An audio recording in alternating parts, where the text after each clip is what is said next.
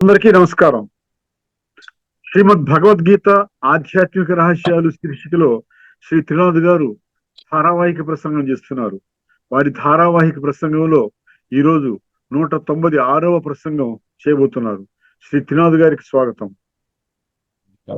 శ్రీమద్ భగవద్గీత ఆధ్యాత్మిక రహస్యాలు. ఈ యొక్క రహస్యాలు మనం కానీ అర్థం చేసుకున్నట్లయితేనండి చాలా మన జీవితం చాలా దివ్యంగా తయారవుతుందండి, చాలా మధురంగా తయారవుతుందండి.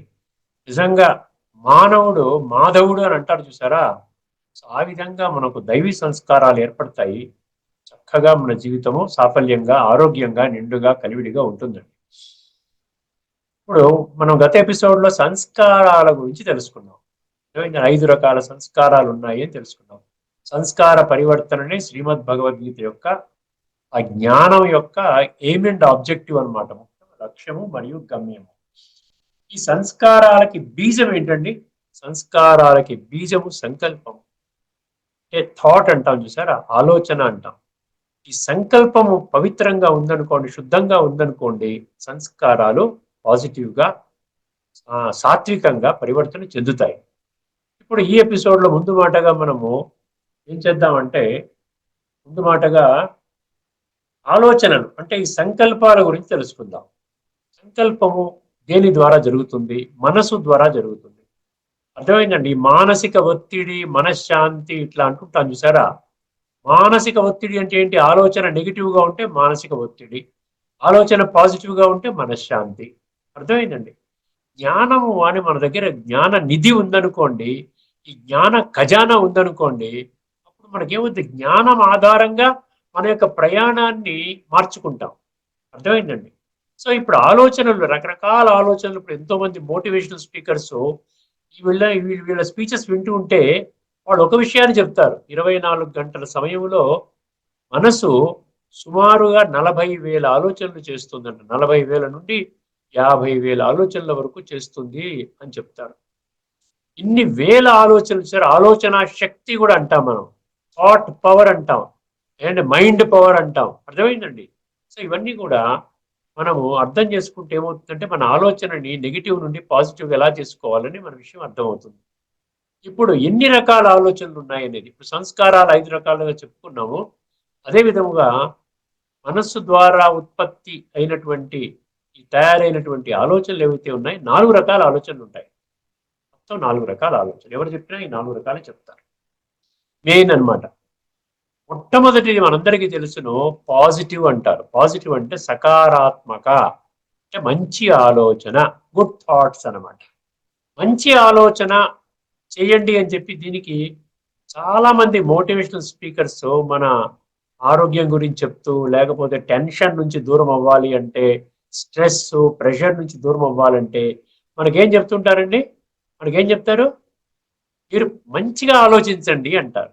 పాజిటివ్ థింకింగ్ అనే పెద్ద కోర్సు, పెద్ద ఇండస్ట్రీ అది. కొన్ని బిలియన్ డాలర్స్ ఇండస్ట్రీ అండి. ఎంతో మంది వేల సంఖ్యలో వరల్డ్ వైడ్ కూడా వాళ్ళు మోటివేషనల్ స్పీచెస్ ఇచ్చి ఏమంటారు చివరిగా?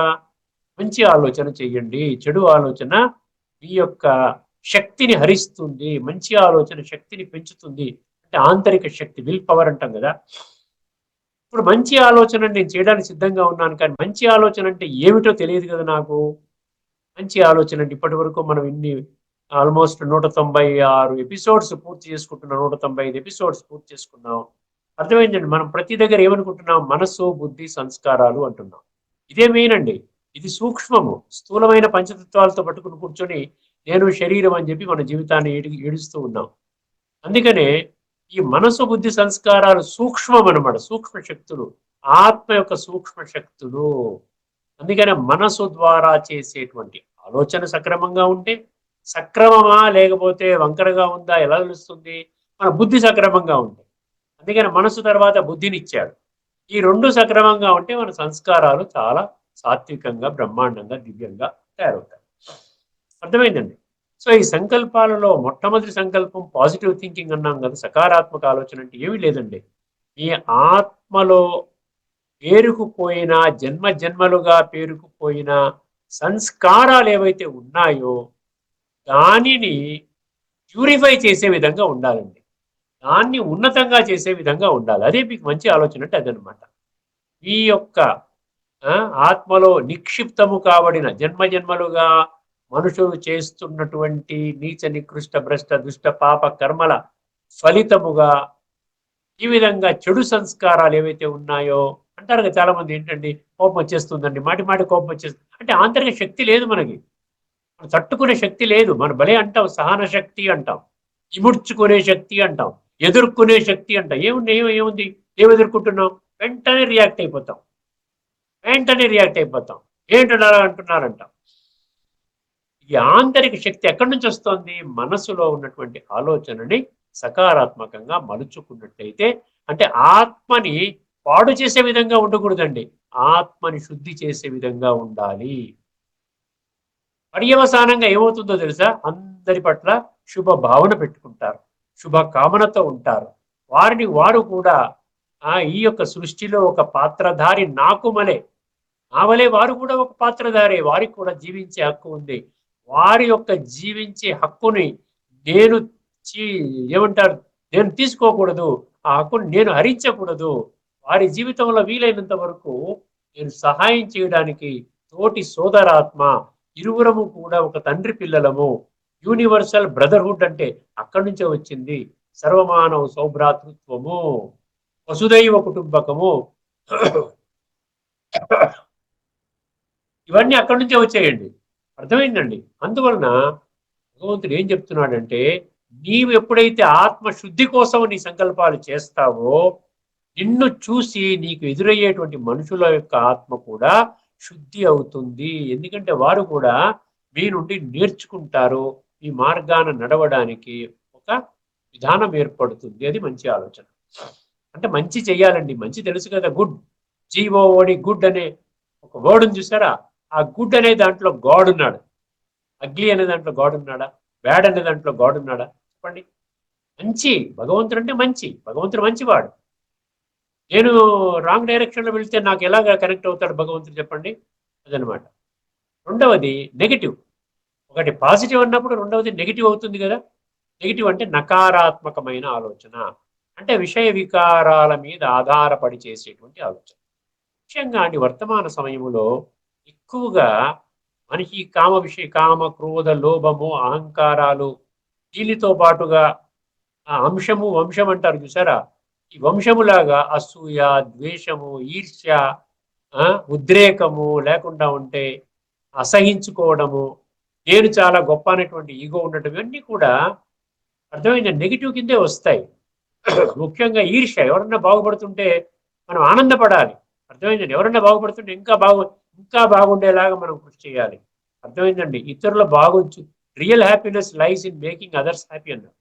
Real happiness lies in making others happy. ఇతరుల యొక్క ఆనందానికి మీరు కృషి చేస్తే అంట మీలో ఒక తెలియనటువంటి ఒక ఆనందం అనేది వస్తుందన్నమాట. ఆటోమేటిక్గా మీరు ఆనందంగా ఉంటారు, అర్థమైందండి. అందువలన ఈ నెగిటివ్ థాట్, దానివల్ల ఎనర్జీ అంతా శాప్ అయిపోతుందండి. మీకు ఈ కోపం చేశారనుకోండి, ఈ ఏమంటారు మన ఈ యొక్క ఉచ్ఛ్వాస నిశ్వాసాలు అంటాం కదా, ఈ రెస్పిరేషన్, ఇన్స్పిరేషన్, ఎక్స్పైరేషన్, ఇవన్నీ కూడా చాలా స్పీడ్గా నడుస్తూ ఉంటుంది అనమాట. దానివల్ల ఏమవుతుందంటే అనారోగ్యం పాలవుతాం. అందువలన మనకెంత జీవించే హక్కు ఉందో ఇతరులకు కూడా జీవించే హక్కు ఉందన్నటువంటి ఆలోచన కట్టిపెట్టి ఎవరి పట్ల కూడా కోపము ప్రదర్శించకూడదు. క్షమాభావన, ఈ క్షమా గుణము కదా, క్షమాని క్షమించేదాన్ని అవగుణం అంటారు ఎక్కడ చెప్పండి, క్షమించే గుణమే అంటారు. ఎందుకంటే భగవంతుడు క్షమా సాగరుడు, అర్థమైందండి. మా శాంతి సరోవర్ అకాడమీలో ఒకటి కనబడుతుంది, ఆ లిఫ్ట్ పక్కన ఒకటి స్లోగన్ పెడతారు, దగ్గర ఒక 150 స్లోగన్స్ పెట్టారు, మొత్తం అంతా హిందీ, ఇంగ్లీష్, తెలుగులో. మీరు ఎప్పుడన్నా వస్తే ఆ స్లోగన్స్ అంతా కూడా అందరూ సెల్ఫీలు తీసుకొని వెళ్తారు, ఆ స్లోగన్ ఫోటో తీసుకుని వెళ్తారు. అంటే ఒక్కొక్కటి అంతా భగవద్గీత ఆధారంగానండి, అంత భగవద్గీత ఆధారంగా ఒక్కొక్కటి మీకు హార్ట్కి టచ్ చేస్తుంది అనమాట. ఏమంటాడు, God gives and for gives, భగవంతుడు ఇస్తాడు, మళ్ళీ ఏమంటాడు ఫర్గివ్ అంటే క్షమిస్తాడంట, ఏదైనా పొరపాటు చేస్తే క్షమిస్తాడు. కానీ మ్యాన్ గెట్స్ అండ్ ఫర్గెట్స్ అంటాడు. మ్యాన్ గెట్స్ అండ్ ఫర్గెట్స్, మనిషి పొందుతాడు, అడుగుతాడు, ప్రార్థన చేసుకుంటాడు, కానీ ధన్యవాదాలు చెప్పడం మర్చిపోతాడు, ఫర్గెట్స్, అర్థమైందండి. అందువలన మనం ఎప్పుడు కూడా క్షమించాలి. ఇప్పుడు మనం ఎంత పర్ఫెక్ట్గా ఉన్నామంటే చెప్పండి ఒక్కసారి, మనకు మామూలుగా చెప్తారు కదా, ఈ విధంగా ఒక వేలు చూపించి ఏమయ్యా నువ్వు ఇలా పనిచేస్తున్నావు ఏంటి, నువ్వు అదేం చేస్తున్నావు, అరుస్తున్నావు ఎందుకు, కరుస్తున్నావు ఎందుకు అంటే, నేను నా జీవితంలో ఎప్పుడు అరవలేదా చెప్పండి? 4 వేళ్ళు నన్ను చూసి వెక్కిరిస్తున్నాయి. అర్థమైందండి? అందువలన భగవంతుడు అంటున్నాడు, నాయనా ఏం పర్వాలేదు, ఏదైనా క్రైమ్ చేస్తే నువ్వు పోలీస్ కంప్లైంట్ పెట్టు, చిన్న చిన్న విషయాల్లో కూడా నీకు తట్టుకునే శక్తి లేకపోతే ఎప్పుడో ఒకప్పుడు గుండెపోటు వచ్చి పోతావురా నాయనా. నువ్వు అనారోగ్యం, స్ట్రెస్ ఎక్కడి నుంచి వస్తుంది? తట్టుకోలేనప్పుడే వస్తుంది స్ట్రెస్. తట్టుకోవడానికి ఆంతరిక శక్తి లేకపోతే మనం టెన్షన్లో జీవితం గడుపుతాం. దానికోసం మనం చేయవలసిందల్లా ఏమీ లేదండి. ఆ టెన్షన్ అనే పదం ముందు అటెన్షన్ అనే ఒక ఏ అని పెట్టామనుకోండి, ఏమవుతుంది? అటెన్షన్ అవుతుంది. అర్థమైందండి? సో టెన్షన్ పోవాలంటే స్వా మీద అటెన్షన్ పెట్టాలి, ఆత్మ మీద అటెన్షన్ పెట్టాలి. ఇది సూక్ష్మ తత్వము, ఇది మనసు బుద్ధి సంస్కారాలు కూడా సూక్ష్మ శక్తులు. అందువలన ఎప్పుడు నిరంతరం భౌతికం మీద కాకుండా అభౌతికము, అర్థమైందండి, ఈ యొక్క శాశ్వతమైనటువంటి నిత్యమైనటువంటి ఆత్మ మీద మనం దృష్టి పెట్టి అభ్యాసం మనం చేసుకుంటే మనం నెగిటివ్ థింకింగ్ నుండి పాజిటివ్ థింకింగ్లోకి వస్తాం. 3వ ఆలోచన నెసెసరీ థాట్స్ అంటారు. నెసెసరీ అవసరమైన ఆలోచనలు. ఇప్పుడు నేను నీకు ఒక గంట సేపు, నేను అరగంట సేపు మాట్లాడాలి అంటే కొంత నేను ఆలోచన చేసుకోవాలి కదా. ఏ పాయింట్ మీద మాట్లాడాలి, ఏ శ్లోకాన్ని విశ్లేషణ చేయాలి అనేది కనీసం 10 నిమిషాలన్నా ఆలోచించాలి కదండి.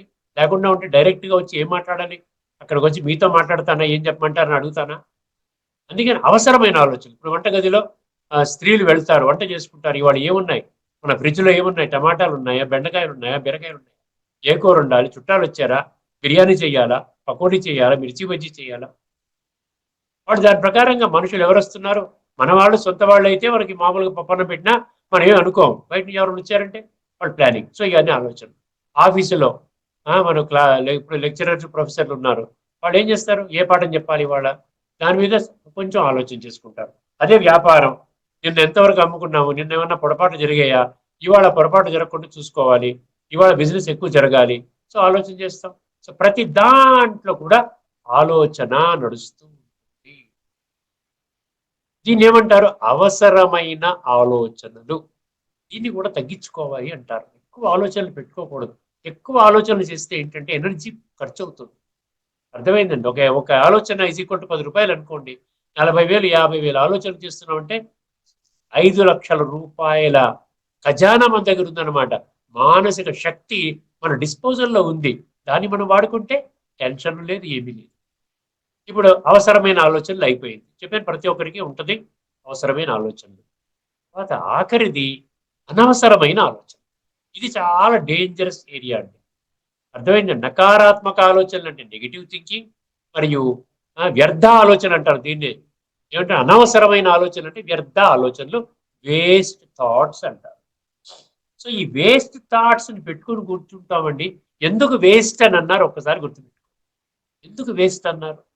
ఈ ఆలోచన 2 విధాలుగా మనకి డ్యామేజ్ జరుగుతుందండి.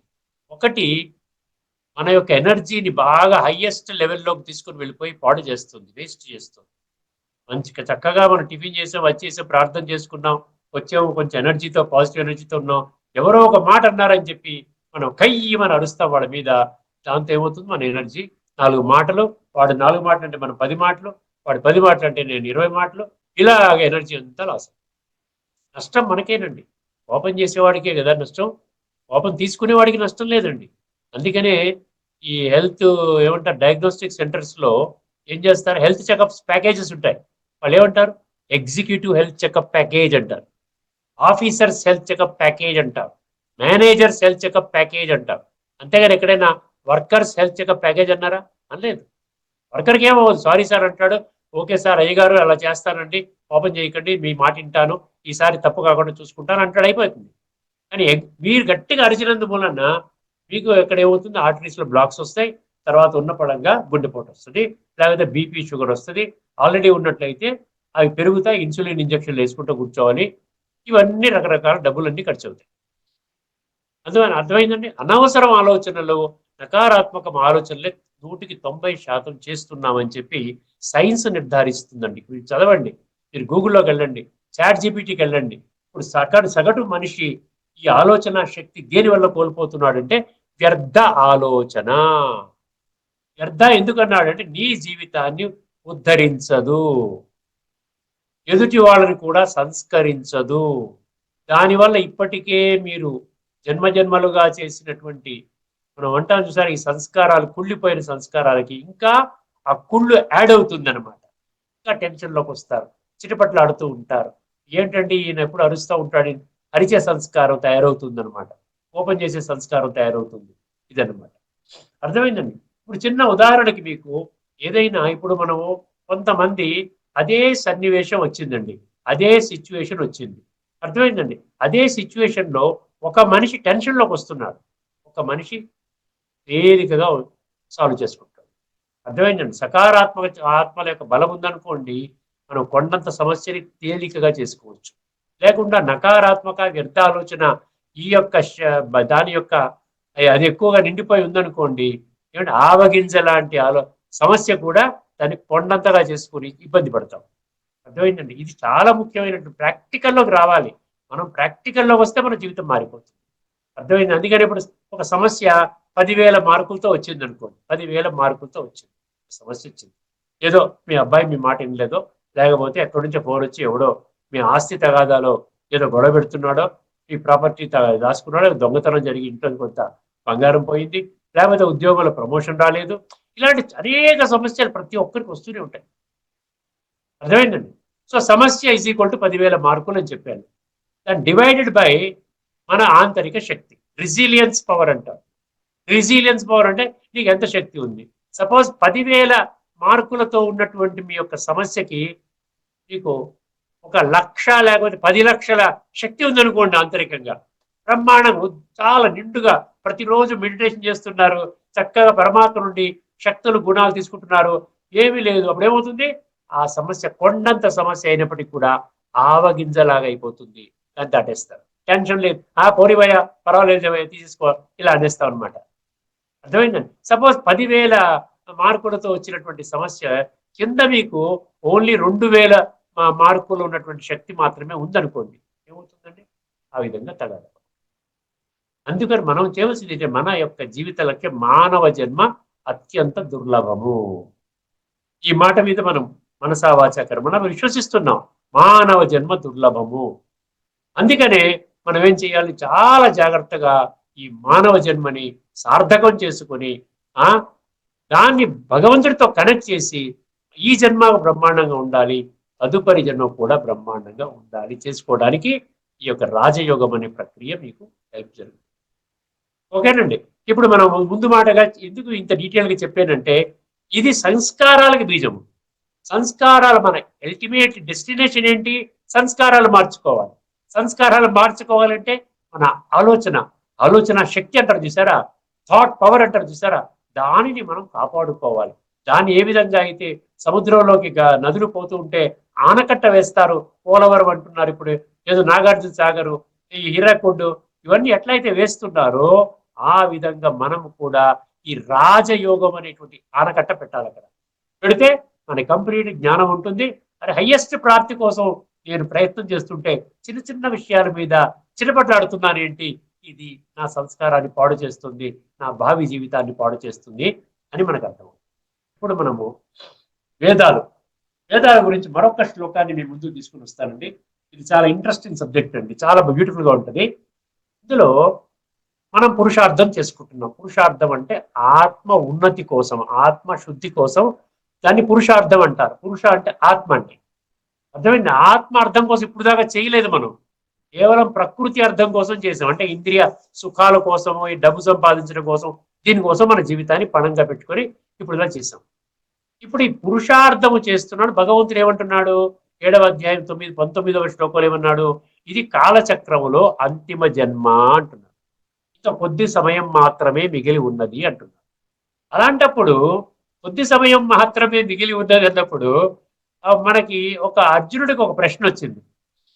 అర్జునుడు 3 శ్లోకాల్లో ఒక ప్రశ్న అడుగుతున్నాడు. ఇక ప్రశ్నలు మీరు చదువుకోండి, నేను చెప్పను, ఆన్సర్ చెప్తాను నేను దానికి. ప్రశ్న ఏమడుగుతున్నాడంటే, ఎక్కడి నుంచి మొదలైందంటే, ఇది అర్జున వాచ 37 అండి, 6వ అధ్యాయంలోని 37, 38, 39లో ఏమడిగాడు, దాని మీనింగ్ చెప్తాను మీకు, అర్థమైందని తత్వం చెప్తాను. ఏమంటున్నాడంటే, ఏ భగవంతుడా, నేను పురుషార్థం చేస్తున్నాను, లేదా ఫలానా వ్యక్తి పురుషార్థం చేస్తున్నాడు, నీ మాట విని ఈ రాజయోగ అభ్యాసం చేస్తున్నాడు, సంస్కార పరివర్తని హైయెస్ట్ లెవెల్లోకి తీసుకుని వెళ్ళడానికి పురుషార్థం చేస్తున్నాడు. ఒకవేళ ఈ పురుషార్థము చేసుకునేటువంటి పరిపూర్ణత పొందకుండానే, అంటే కంప్లీట్ గా ఆత్మని శుద్ధి చేసుకోకుండానే ఏదైతే గమ్యానికి చేరుకోవాలని ఒక లక్ష్యం పెట్టుకున్నాడో ఆ లక్ష్యము గమ్యము పొందకుండానే ఒకవేళ శరీర త్యాగము చేయవలసిన అవసరం వస్తే, శరీర దేహత్యాగం చేసినట్లయితే, అంటే మరణించినట్లయితే అటువంటి వాళ్ళ గతి ఏమిటి అన్నాడు. ఎంత ఈజీగా చెప్పాడు చూసారా. చాలా ఎంత నిజమే కదా, మనకు కూడా వస్తుంది కదా. ఇప్పుడు నేను పురుషార్థం చేసుకుంటున్నాను, పర్ఫెక్షన్ కాదు, నాకు ఎంతో చేస్తున్నాను, ఇంకా చేయాలనుకుంటున్నా, ఉన్న పడంగా గుండెపోటు వచ్చిపోయాను. అప్పుడు ఏమిటి వాళ్ళకి ఏమవుతుంది అంటాడు. ఒకసారి వినండి, ఇందులో ఉన్నదండి. నేను శ్లోకం చెప్పను, శ్లోకం మీరు చదువుకుందరు కానీ ఏమంటాడు, అర్జునుడు పలికెను.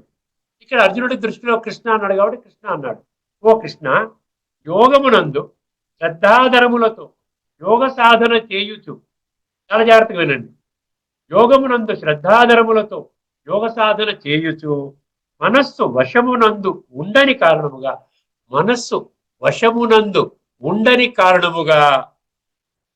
కారణమున అవసాన దశలో మనస్సు చెలించి యోగ సిద్ధిని పొందకయే మరణించిన సాధకుని గతి ఏమగును. అర్థమైందండి. తర్వాత ఇంకొక 3 శ్లోకాలు చెప్తాడు. దానికి సమాధానం మళ్ళీ భగవంతుడు 3 శ్లోకాలు చెప్తాడు. అందులో ఒక దగ్గర వేదాల యొక్క రిఫరెన్స్ వచ్చింది 40వ శ్లోకంలో. అట్లా ఇప్పుడు ఇంతకుముందు చెప్పింది 37 అండి. 38 కూడా జాగ్రత్తగా మనకి సబ్జెక్ట్ అర్థం కావాలండి. శ్లోకాలు సంస్కృతం కాదు మనకు కావాల్సింది, మన సంస్కృతి మారాలి. మన లక్ష్యము గమ్యం అనేది ఏంటి, శాస్త్రము శ్లోకము వీటి గురించి, అంటే అంధవిశ్వాసంలో పడిపోయి ఇవన్నిటికీ ప్రాముఖ్యత ఎక్కువైపోయింది, ఆచరణకి ప్రాముఖ్యత మొత్తం తగ్గిపోయింది అనమాట. ఇప్పుడు ఇంకేమంటున్నాడు, ఏ మహాబాహో, అతడు అంటే భగవంతుడు కూడా మహాబాహు అన్నాడు. అర్థమైందండి. ఓ మహాబాహు అంటే ఓ కృష్ణ, అతడు అంటే యోగ భ్రష్టుడు, అంటే యోగములో పరిపక్వత చెందకుండానే మరణించినటువంటి వాడి స్థితి ఏమవుతుంది అడిగాడు కదా. అందుకని దాన్ని ఏమన్నా ఒకటే పదం ఏంటి, యోగ భ్రష్టుడు అన్నాడు. యోగ భ్రష్టుడు భగవత్ ప్రాప్తి మార్గము నుండి జారిన వాడై, చాలా జాగ్రత్తగా వినండి, భగవత్ ప్రాప్తి చూసారా, భగవంతుని పొందడానికే యోగం చేస్తున్నాడు. ఆ యోగం అంటే ఏంటి, ఆత్మ యొక్క స్థితిని అనుభూతి చేయడం కోసం, దానికోసం అభ్యాసం చేస్తున్నాడు ప్రతిరోజు కూడా. భగవత్ ప్రాప్తి మార్గం నుండి జారిన వాడై, ఆశ్రయ రహితుడై, ఒకసారి భగవంతుడి మార్గం నుంచి జారిపోతే ఆశ్రయ రహితుడై, ఆలంబనము లేనివాడై, సపోర్ట్ లేనివాడై, భయ భ్రష్టుడై, అంటే ఇక్కడ ఇది కాకుండా అక్కడ కాకుండా పోనీ భగవంతుడు వచ్చాడు మార్గంలో వెళ్దాం అనుకుని ప్రయత్నం చేస్తుంటే చచ్చిపోయాడు. పోనీ ఇక్కడ భక్తి మార్గాన్ని విడిచిపెట్టాడు. పోనీ ఇది కాకుండా రెండిటికి చెడ్డ అంటారు చూసారా, ఇటు భక్తిలో లేకుండా అటుపోకుండా నాకు ఈ నష్టమవుతుంది కదా అని భయం అనమాట అర్జునుడికి. ఉభయ భ్రష్టుడై చిన్న భిన్నమైన మేఘము వలె అధోగతి పాలు కాడు కదా. చిన్న భిన్నమైన మేఘము, అటు ఇటు పోతుంటుంది కదా మేఘము, ఒకసారి ఇటు ఒకసారి అటు పోతుంది కదా, ఆ విధంగా అధోగతి పాలు కాడు కదా. ఇది 3వ శ్లోకం కూడా చెప్పేస్తే ఇంకా బాగా అర్థమవుతుంది. నేను చెప్పే సమాధానము చాలా స్పష్టంగా అర్థమవుతుంది. ఓ కృష్ణ, 3వది అంటే ఏంటంటే 6వ అధ్యాయంలోని 39. ఇప్పుడు ఇది ఎవరు చెప్పింది 2, 37, 38 రాసుకునే వాళ్ళ కోసం చెప్తున్నాను. 39 ఇందులో ఏమన్నాడు, ఓ కృష్ణ, ఈ నా సందేహమును పూర్తిగా నివృత్తి చేయుట నీకే చెల్లును. ఎవరు చెప్పలేదు కదా. ఇప్పుడు ఎవరైనా చెప్పారా, సాధువులు సంతులు చెప్పారా, దేవి దేవతలు చెప్పారా, ధర్మస్థాపకులు చెప్పారా, పుణ్యాత్ములు మహాత్ములు చెప్పారా, పీఠాధిపతులు మహామండలేశ్వరులు చెప్పారా, ఎంతో గొప్ప గొప్ప గొప్ప గొప్ప వాళ్ళు చెప్పలేదు, ఫెయిల్ అయిపోయారు. అందుకే అర్జునుడు ఏమంటున్నాడు ఇక్కడ, ఓ కృష్ణ, ఈ నా సందేహమును పూర్తిగా నివృత్తి చేయుట నీకే చెల్లును. ఏలనన ఈ సందేహమును తొలగించుట నీకు తప్ప మరెవ్వరికి శక్యము కాదు అన్నాడు. అర్థమైందండి. ఇది ప్రశ్న, అర్జునుడు భగవంతుడికి వేసినటువంటి ప్రశ్న. దీనికి సమాధానం మనం ఏం చేద్దామంటే, తదుపరి ఎపిసోడ్ లో మనం చర్చించుకుందాం. ఎందుకంటే మళ్ళీ అది 10-15 నిమిషాలు మనం ఎక్స్ప్లెయిన్ చేయాల్సి వస్తున్న అవసరం ఉంది.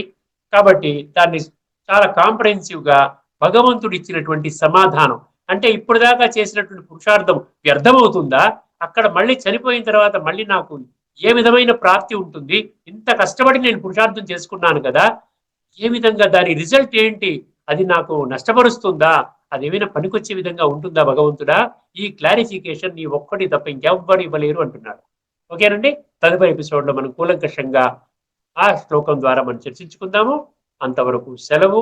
అందరికీ నమస్కారము. లోకా సమస్త సుఖినో భవంతు. ఓం శాంతి.